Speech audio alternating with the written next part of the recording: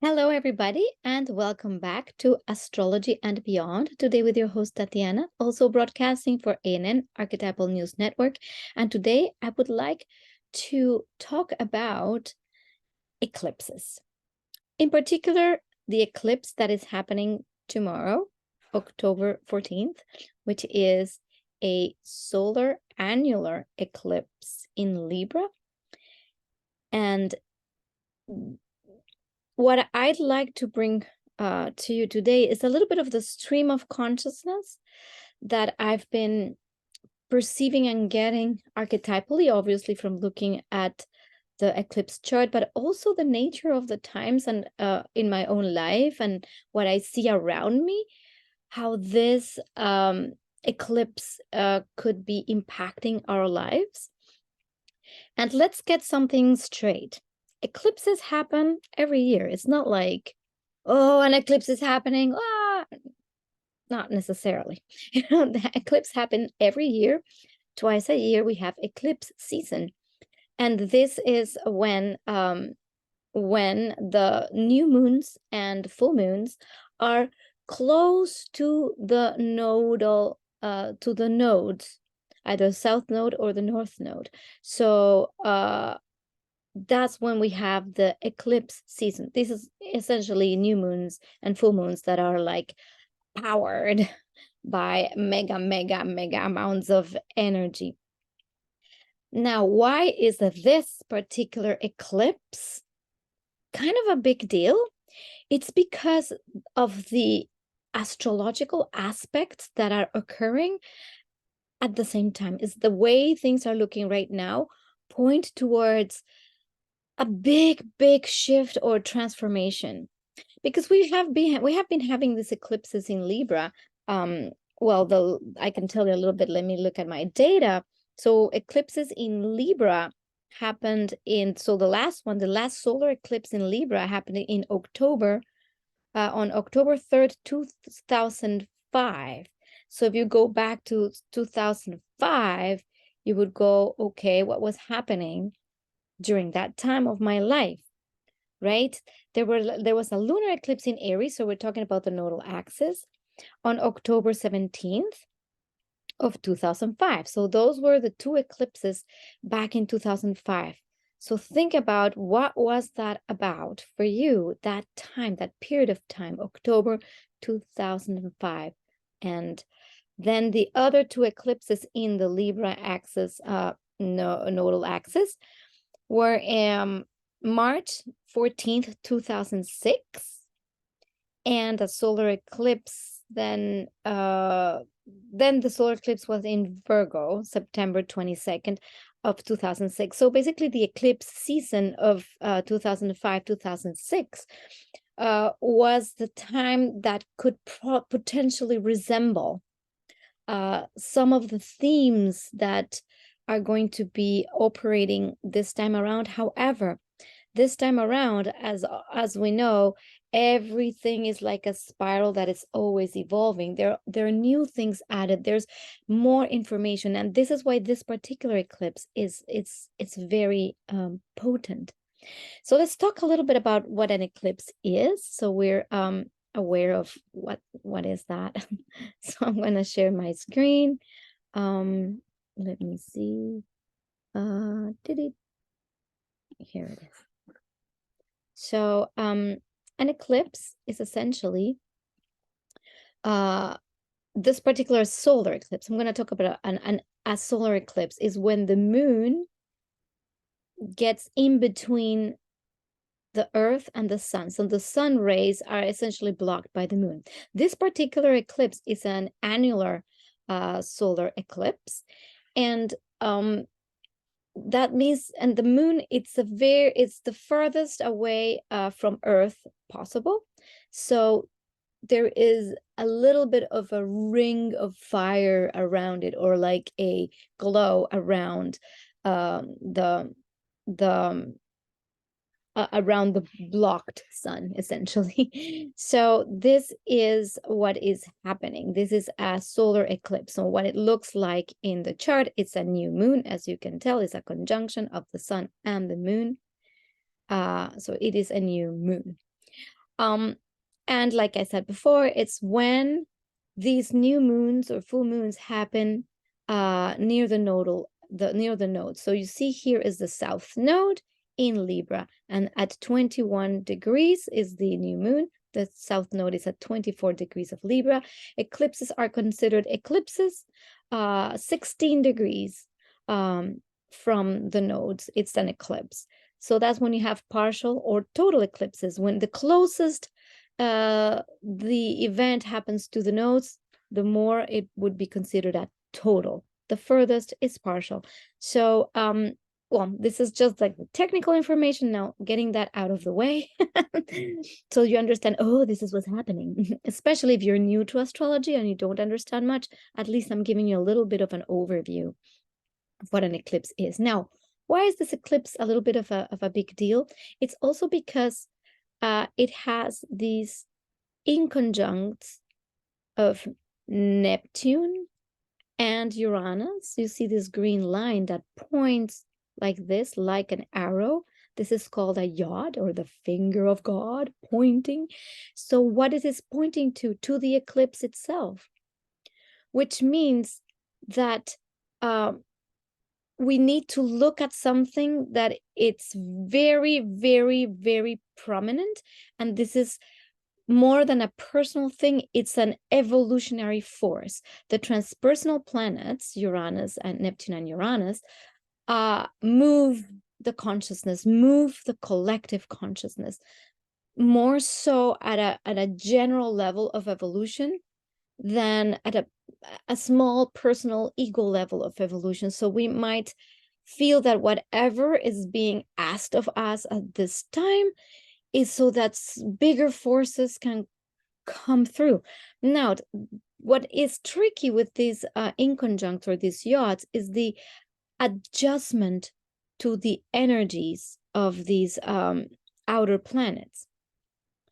And by adjustment, I mean, what does this inconjunct mean between Uranus and Neptune and the sun and the moon? So I've got my favorite book here, you know, Archetypal Universe by Ren Butler. And I'd like to read a little bit of what could be felt in these inconjuncts at a global level. So for the Sun, Moon, Neptune triad, it could be tendencies towards weakness and impressionability, self-delusion or confusion, religious imbalances, impractical fantasies, esoteric pretensions, strange or camouflaged types of egotism, spiritual inflation. These are certain topics that could appear when we have these more challenging aspects, where we could be dreaming a utopia that, if we don't actualize clearly with concrete actions in ourselves, then just stays in a utopia. And then we can be very disappointed with reality. And I'll talk a little bit more about that. And the Sun, Moon, Uranus would be something like willful eccentricity and unpredictability, an unwillingness to cooperate or compromise with others, ongoing extremes of emotion and behavior, sudden changes and disruptions. So these are a few themes that could come up with these forces pulling the being into wanting to free oneself, because the reason why this appears is there is a desire for more personal or individual freedom. That is essentially part of the Aries Libra axis, is a desire for more personal freedom, taking into account that Uranus is aspecting this the eclipse. It's like, how do we integrate our personal desires, the changes that are imminent in our lives, the values, what we value that is important to ourselves, and also make it work with others. And this has been an ongoing theme. The host of this eclipse is Venus, because Venus is the ruler of Libra. So Venus in Virgo will be try to very with a big magnifying glass looking at what is not working in our relationships, essentially, or not even the relationships, the way we relate to others.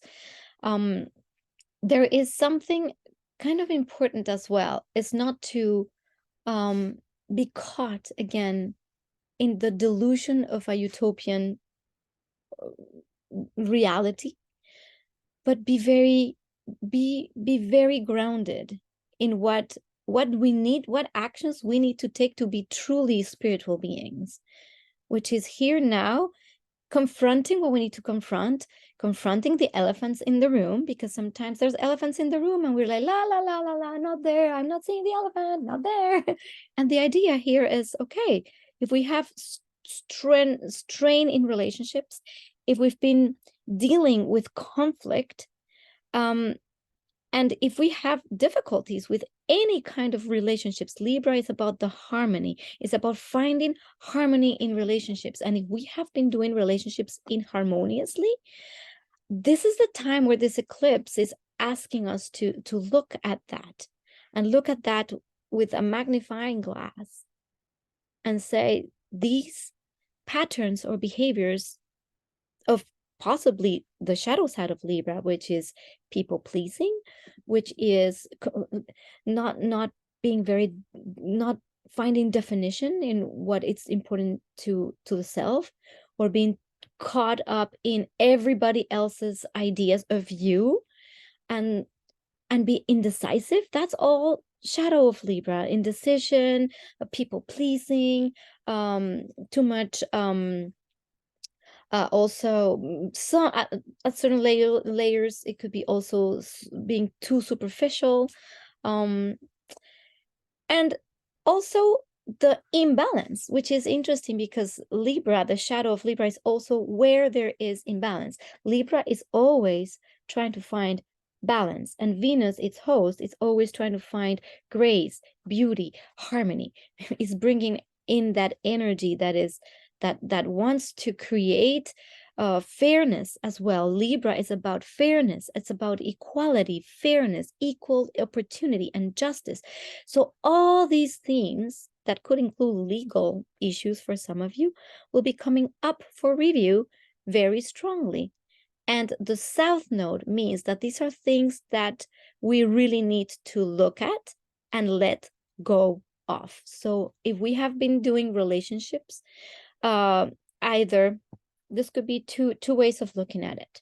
If we have been doing relationships very selfishly, basically always just looking at ourselves, this is what I want, what I need, very much in this Aries side of life, and not being considerate, mindful of others, or including others within your context and your reality, but very self-absorbed, this eclipse could be very disruptive to that kind of behavior, because it shows an imbalance. It's only me, completely polarized. So we might see even further polarization.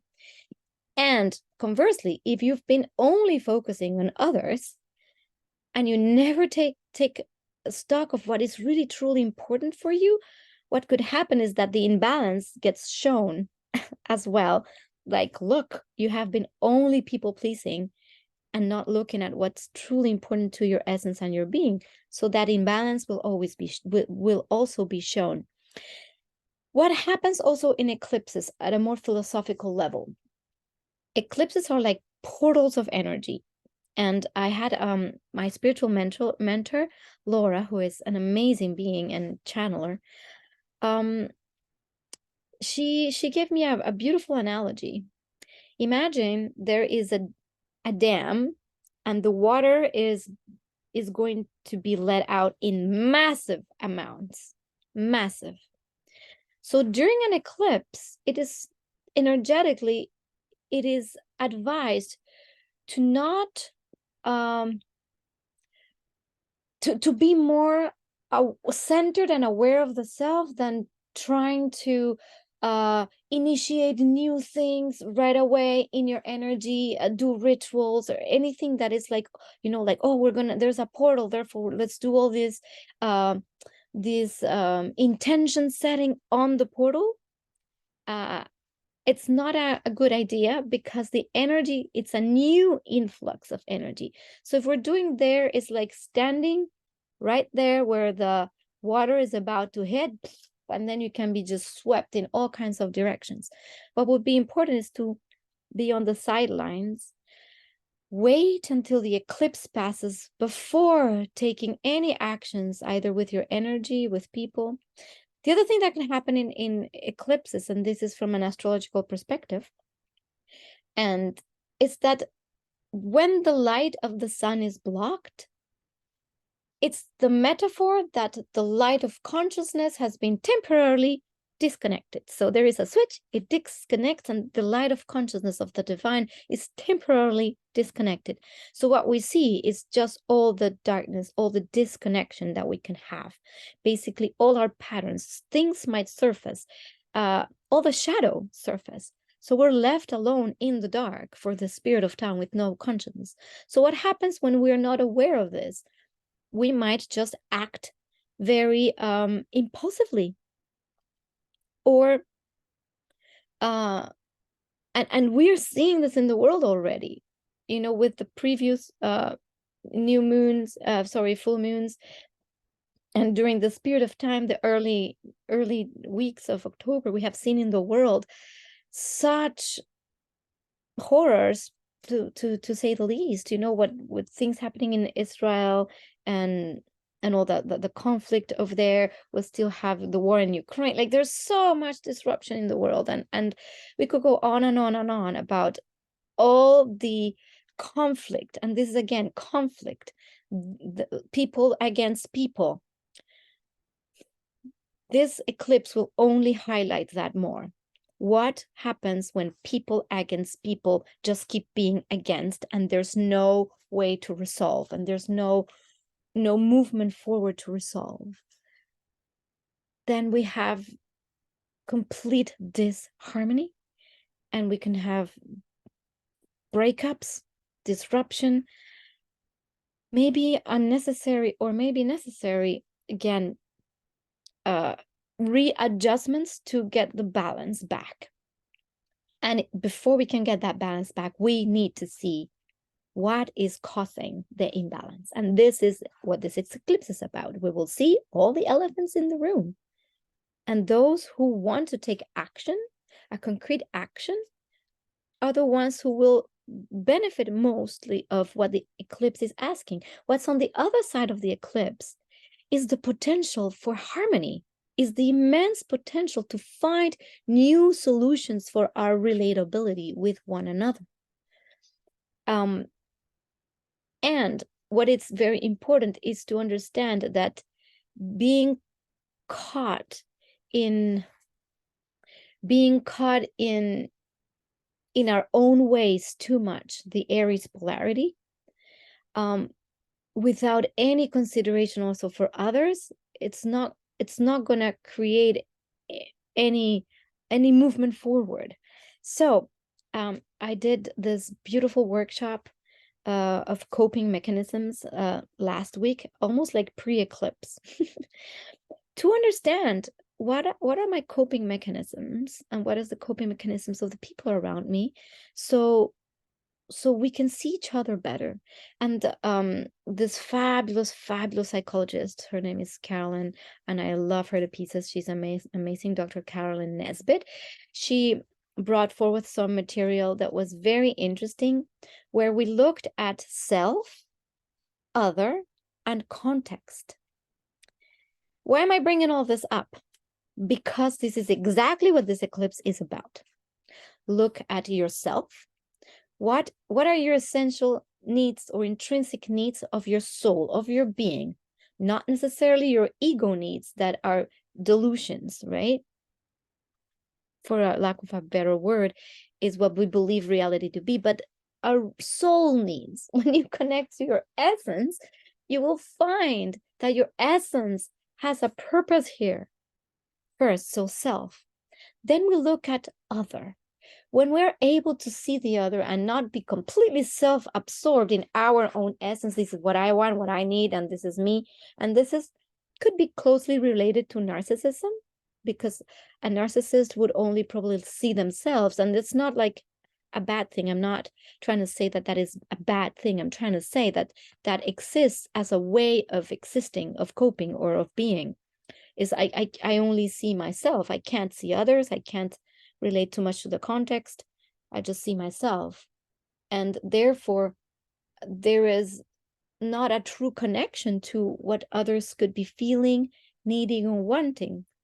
And that could create immense amounts of power struggles. Right? And again, I'm using a strong word, narcissism, but it doesn't even have to be that. It could only be, it could also be just being too self-absorbed in oneself. So not seeing the other, basically, at all. And then there is the other. What happens when we're always pleasing the others, that we completely forget ourselves? And then there's the context. The context is it's basically where what we have created as our existent situation. A context can be a family context. It can be the context of a social context, and it could also be a global context. So context is like little circles that expand, but you have a specific context very close to you, and this is a little bit part of the context that is being talked about. Is the context you're living in. Are you also taking into account what imbalances are being created because of this context? And how do you fit in this context, or your context, with others and with self, and how you can create harmony and balance? The global context, which would be more shown by the presence of the transpersonal planets, which is this also Pluto. Again, we're going to mention Pluto again, once again, because Pluto, it's still squaring the nodes. It's not as tight of a square. It's also almost leaving that square. So we might feel that presence again of that need to see where we are either disempowered, or where we are being where we are acting out a behavior out of a need to control something or someone. And we might see this at a personal level with our own dynamics, our own, let's say, power struggles with others. And the best thing to do here is to see, where am I not relinquishing control? That could be as simple as that. At a macro level, we might see, again, larger context, again, this push to move forward with the demolition of the top to bottom structures, where power over is no longer what the evolution needs. Is power with, or empowerment with it, which is it's a web. We are all empowering each other. That is at one of the interpretations of the macro level. So because this, we are seeing all the remnants and the last of what power, how dynamics in top to bottom structures, whether it is socially, or even in our families or our close relationships. That could even be a relationship with someone where somebody is always trying to squish another person just to get their own way. That could even be that. Those things are the ones that are going to shine. And this is going to be maybe very difficult or uncomfortable for some people. Especially if you have planets, personal planets, around the eclipse point. So this is in around the 21st degree of Libra. around the 21st degree of Aries, around the 21st degree of Capricorn and Cancer, because this is where we would find the energies are squaring, meaning there is tension. So if you have personal planets in any of those points, you might feel that this is speaking to you, and some adjustment in relationships and values, also value, because we've been talking about Venus as the ruler of the eclipse. And whenever we have Venus themes, we have values. And this is probably, what do you value in relationships? I would say more than what you value as things. It's more what is essential to you, for you to feel that you can be in harmony with others. What is essential to you? And how can you stretch towards others so that you can find people that are more in tune with you? And this is where we're going to see when people are vibrating in a certain frequency and other people are vibrating in a different frequency, this might create such dissonance that this will eventually dislodge. And we'll start tuning in to people that are vibrating more at our own frequency. So this is why this eclipse is not just about reviewing our relatability. It's also reviewing if the people that are around us support our evolution and our state of being. And there's many possibilities. People can actually change drastically during these moments, because there could be immense crisis, and the crisis can create immense breakthrough. And when the breakthrough happens, we can see ourselves, or we can completely change our identity or the way we have been seeing ourselves and others. That could happen like this. It's a catalyst. That's why eclipses, when they bring this amount of energy and we'll let it flood, the other end is a massive push. It's a massive push where we can actually transform parts of ourselves, our psyche, and therefore our collective. And if we could imagine a much more fairer world where relationships are much more harmonious, then we would see less need for war, less need for appropriation, less need for you versus me. We would see less of that, because there would be, again, a more connected sense of self and spirituality. Now, the tricky part with this yod is to define spirituality or spiritual pursuits or as true, not as the old ways of doing spirituality, which could look, and I'm going to say, very fluffy on the outside. We have all these rituals and kumbaya, and then the thing and the feather and the over there, and we're going to get together and take all these concoctions and whatnot, and then create utopia here. But it's not really grounded in, look at your fellow human. They're in suffering. Can you see and try to understand why they're in suffering, and have some empathy for that being, and create a true connection? That, to me, is more a grounded spirituality than all the kumbaya things that we can do, which are lovely. I love doing that stuff, by the way, don't get me wrong. I love rituals and paraphernalia that helps anchor the sense of, of doing something meaningful, but that is not necessarily needed at this moment. This is why that in conjunct to Neptune could also feel like we need to adjust the way we are doing our spiritual practices, whatever that looks like. Because we can be meditating all day long and be, I do all this meditation every day, but then the minute that something happens with somebody, boom, you lash out, then out the window goes the meditation. Similar, I go to church every day, every Sunday, I'm in church and I'm doing my worship or whatever. The minute that you have a conflict, out the window. So this is why this is going to have to be like a little bit of a sobering moment. Also, because the sobering also comes from Saturn being still in an opposition to Venus, because Venus is the host of this eclipse. The sobering is, again, your relationships might be strained, might be difficult. Look, It's not going to be easy. It's just going to be grow up. You know, this is what Saturn asks.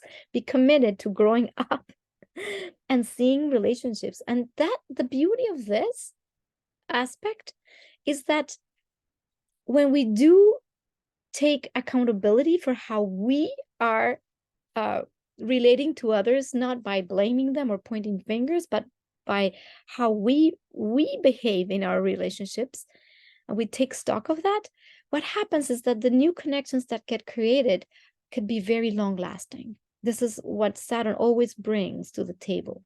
Now, conversely, we can find that relationships that have been stagnant, this is it. This eclipse will completely move them away, and a whole new beginning can start. Let's not forget that this is a new moon.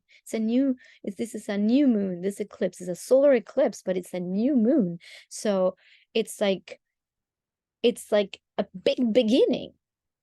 And the beginning could be physically you moving away to another situation, you removing yourself from a relationship, and this new energy or new reality that is being created supports better your evolution. Or it can be you're still within your same context with the same people, but there is an evolution inside your own being that helps you move up into a different way of seeing your own reality, or a different way of seeing your context, whether it is your immediate context or your global context. There might be a very different way. You might feel that you're a complete different person when you have these things going. Now, let's remember that as much as an eclipse is a one-day event or a couple hours event, its effects begin before the eclipse, and this is why these themes have been already introduced, and people who have been doing already some work around these topics might not even feel this eclipse as strong, because you've been already previously working on yourself, working on your relationships, trying to build harmony and looking at the difficult things. If you've been doing that, great for you, because then you might not even feel this as strongly. And the effects of an eclipse last for 6 months. The development of this eclipse is 6 months. So we might start seeing the changes in our relationships and our dynamics, and feeling how the new levels of harmonization occur within the next 6 months. But that can only happen if we are responsible for our own participation in relationship. So this is essential. And also, the other part that is important to look at is that Chiron is conjunct the North Node, or it's in a loose conjunction. I wouldn't say it's conjunct, but it's approaching, let's say, the conjunction. So there might be a tint of that that fear of what if I dare to be myself, and what I truly, the courage, do I have the courage to be myself and still be accepted and loved within groups, or maybe by another? Will I be loved if I truly commit to myself and my journey? What if I don't fit in? And so that fear will come up as well. But part of the evolution is to take that courageous step into being true to yourself before putting others before you. Be true to yourself, and then with your cup full, then you can spread your love and your light to others. Otherwise, it's not going to work. You're always going to be compromising, and compromise, what does compromise do? Compromise can only build more resentment and grow the elephant. Compromise is just making sure that elephant keeps growing. When the fundamental needs of people are met at all levels, and we find the right strategies to meet them, and the right people that can help us meet our needs and our own capacity to meet our needs, when that is there, then we can have harmony. And this is from Marshall Rosenberg, from Nonviolent Communication. I've talked about this extensively in my previous videos, but I bring it back in case you have not seen this or you have not heard this before. It's like when people's deep needs, which are, we all have the same needs for love, appreciation, beauty, connection. There's a long list of needs that you can even just look up online, from Marshall Rosenberg. When we all have those needs met at a fundamental level, we see that we're no different from the other. No one is really different. We all have the same fundamental human needs. And the tragedy comes when there are unmet needs and one person or people or tribe or country or nation gets the short end of the stick. So at a macro level, we have been seeing these dynamics that have been going on in several countries where there are these extreme polarizations, because it seems like someone's always going to get the short end of the stick, and there seems to not be any possibility of agreement. And that happens in relationships as well. So this is why Libra, this eclipse, is going to try and get us back to how can we not get the short end of the stick, still be within a context that makes sense, and be ourselves fully embodied. That's the way I can completely sum it up for you. And if all the rest, blah, blah, blah, blah, blah, that I talked about was too much, this summary is all you need to take away from this video and from this new phase. So again, try to stay centered and calm during these times. If you feel super triggered by situations, I would recommend you do things like take deep breaths, maybe tell the person that you're having the conflict with, or the people, say, I need to be by myself a little bit to process this. And if you feel that you need support, find support from maybe a professional or even a friend that you trust, before lashing out on others, before creating more disharmony, and before just exploding and breaking, like how do you call that, breaking bridges that is unnecessary to break.